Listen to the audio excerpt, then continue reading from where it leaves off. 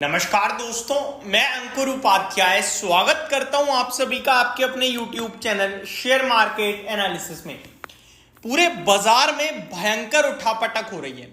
Market में हर एक लिहाज से टैक्स बढ़ा दिया गया है, चाहे वो एफएनओ पे एसटीटी बढ़ाने की बात हो या इन्वेस्टमेंट में शॉर्ट टर्म इन्वेस्टमेंट पे टैक्स हो या फिर long term capital gain tax हो। सब चीज बढ़ाई गई है, लेकिन उसके बावजूद बाजार एक डिप मारता है और रिकवरी दे देता है। ऐसा क्यों हो रहा है, इसके पीछे बहुत शानदार अपडेट दूंगा मैं आपको, लेकिन इस वीडियो में नहीं दूंगा। यहां तो सोने के बारे में बात करेंगे, गोल्ड के बारे में बात करेंगे। इस बार वित्त मंत्री निर्मला सीतारमण जी ने ना पूरे के पूरे बजट में दो चीजें बोली। ऐसा लग रहा था कि ये बजट नहीं है, ये बजट कुछ चीजों के लिए है, बस कुछ स्पेसिफिक पॉइंट्स के बारे में गवर्नमेंट बात कर रही है। क्योंकि बजट में क्या होता है कि रेलवे पे उतना खर्चा होगा, इंफ्रा पे उतना खर्चा होगा, इसके बारे में उन्होंने कमेंट्री में नहीं बोला कुछ ज्यादा। वो तो अब चीजें बाहर निकल के आ रही हैं ब्लूप्रिंट में, लेकिन उन्होंने जो स्पीच दी उसमें दो ही चीजें थी दोस्तों। एक पूरे के पूरे एसेट क्लास पे टैक्स में बड़े बदलाव, और दूसरी अगर मैं बात करूं तो एक बहुत ही शानदार प्लानिंग जो धीरे धीरे बाजार समझ रहा है, जॉब क्रिएशन।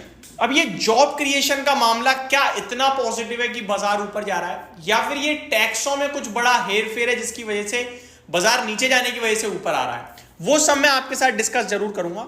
लेकिन उससे पहले सोने की बात करें, गोल्ड की बात करें, तो यहां आपको आज एक बड़ी गिरावट देखने को मिल रही है। आप कह रहे होगे गोल्ड टूट गया, लेकिन ट्रस्ट मी, गोल्ड के लिए मतलब सोने के लिए चांदी वाले दिन है। चांदी वाले मीन वो कहते हैं ना, मेरी तो चांदी, वैसा सोने की डिमांड हैविली बढ़ सकती है दोस्तों, बहुत जोरदार तरीके से बढ़ सकती है।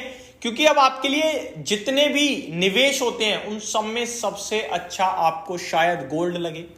मैं आपको बताना चाहता हूं हम कहां निवेश करते हैं। हम गोल्ड में करते हैं, हम स्टॉक्स में करते हैं, प्रॉपर्टी में करते हैं, और चौथा कोई इन्वेस्टमेंट हो तो आप बताइएगा। ये मेन इन्वेस्टमेंट्स होते हैं। गवर्नमेंट ने गोल्ड पे जो कस्टम ड्यूटीज है ना, वो 10% से घटाकर 6% कर दी है, जिसकी वजह से सोना देश में लाना सस्ता होगा, और जब सोना सस्ता होगा तो लोगों के लिए भी सस्ता होगा। इसी के चलते गोल्ड की, सोने की डिमांड बहुत हैवी बढ़ सकती है। लेकिन बाजार के एक्सपर्ट्स ये भी कह रहे हैं कि जो गोल्ड पे अभी 3% का जीएसटी है, वो जीएसटी काउंसिल की मीटिंग जो अगस्त में है उसमें बढ़ाकर 12% किया जा सकता है। लेकिन इस बीच के गैप में आपको सोना 5 से 6 हजार रुपए प्रति, आप ये कह सकते हो, तोला सस्ता मिल सकता है। तो ये अपने आप में एक बहुत बड़ी पॉजिटिव न्यूज है गोल्ड बायर के लिए, गोल्ड इन्वेस्टर के लिए। आप इसको ये मत सोचो गोल्ड के लिए कुछ खराब आया है, आप ये सोचो कि आपको सस्ते में मिल रहा है सोना। सोने पे सबका भरोसा है, तो आपको कुछ टैक्स कम देने पड़ेंगे जिसकी वजह से सोना सस्ता हुआ है। सोने की अभी भी वही इज्जत है जो पहले थी, वही वैल्यू जो पहले थी, बस गवर्नमेंट ने कस्टम ड्यूटीज घटा दी है, जिसके चलते गोल्ड आपके लिए सस्ता हो गया है अब। और गोल्ड कंपनियां लाइक सेंको गोल्ड हो गया, कल्याण ज्वेलर्स हो गया, आपका टाइटन भी हो गया, ये इन सबकी स्टॉक में भी तेजी आ रही है, क्योंकि इन सबको क्लियरली दिख रहा है कि अब डिमांड बूस्ट कर सकती है।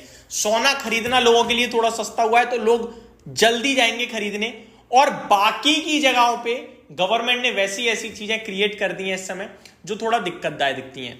तो सोने की डिमांड दोस्तों, सोना आज गिरा है, उसको गिरावट मत समझो, उसको समझो एक मौका। मैं आपसे ईटीएफ वगैरह खरीदने को नहीं बोलूंगा, आप फिजिकल गोल्ड खरीदते हो, आपको जरूरी है खरीदना, वहां आपको मौका मिल रहा है। कस्टम ड्यूटीज घटने के कारण आपको सोना सस्ता मिल रहा है।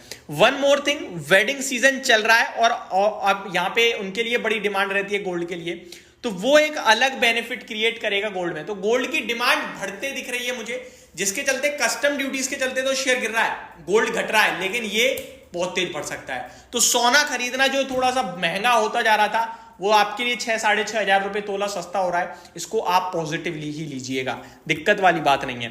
वहीं मार्केट की बात करूं तो बाजार फुल रिकवरी मोड में आ गया है। निफ्टी इस समय केवल 70 पॉइंट नीचे रह गया है, 1/3% नीचे। पॉइंट मत देखो, परसेंटेज देखो। बैंक निफ्टी अब केवल 1% से भी नीचे है, यानी कि जो अभी थोड़ी देर पहले 1.25% नीचे था, वहां भी रिकवरी है। स्मॉल कैप इंडेक्स 1% नीचे है, मिड कैप भी 1% करीब करीब नीचे है। तो रिकवरी बहुत तंगड़ी आ रही है। अब ये रिकवरी क्यों आ रही है जब सब कुछ नेगेटिव है, इसके बारे में सिर्फ हिंट देना चाहूंगा। आप कहां कहां निवेश करते हो? मैंने कहा या तो इक्विटी में, या सोने में, या प्रॉपर्टी में। आप इन तीनों में अगर कंपेयर करोगे नए टैक्सेस के बाद, तो सबसे अच्छी इक्विटी लगेगी। ये चीज आपको अभी मैं नहीं बता रहा हूं, जो शायद ना कोई अखबार, ना कोई मीडिया चैनल, ना कोई बिजनेस चैनल कवर कर रहा है। मैं आपको बता रहा हूं कि सरकार ने क्या करा है, ऑल एसेट्स क्लास में एक टैक्स रख दिया है, और इन तीनों एसेट क्लास में सबका टाइम फ्रेम है 24 महीने। 24 महीने के बाद आपका लगता है लॉन्ग टर्म, और इक्विटी में 12 महीने के बाद लग जाता है लॉन्ग टर्म। इक्विटी में इन दोनों के कंपैरिजन में ज्यादा रिटर्न्स बनते हैं, और टैक्स सब में सेम है। तो अभी भी एक बड़ा इन्वेस्टर भारत का यही सोचेगा, अगर मेरे को निवेश करना है तो मेरे लिए बाकी जगह तो टैक्सेस ज्यादा है, तो फिर मेरे को घूम फिर के यहीं आना पड़ेगा। अगर आप केवल इक्विटी देखोगे तो आपको नेगेटिव लगेगा। इसको डिटेल में डिस्कस करूंगा मैं पोस्ट मार्केट। चैनल के साथ बने रहिएगा। Thank you so much for watching this video. Have a great day guys.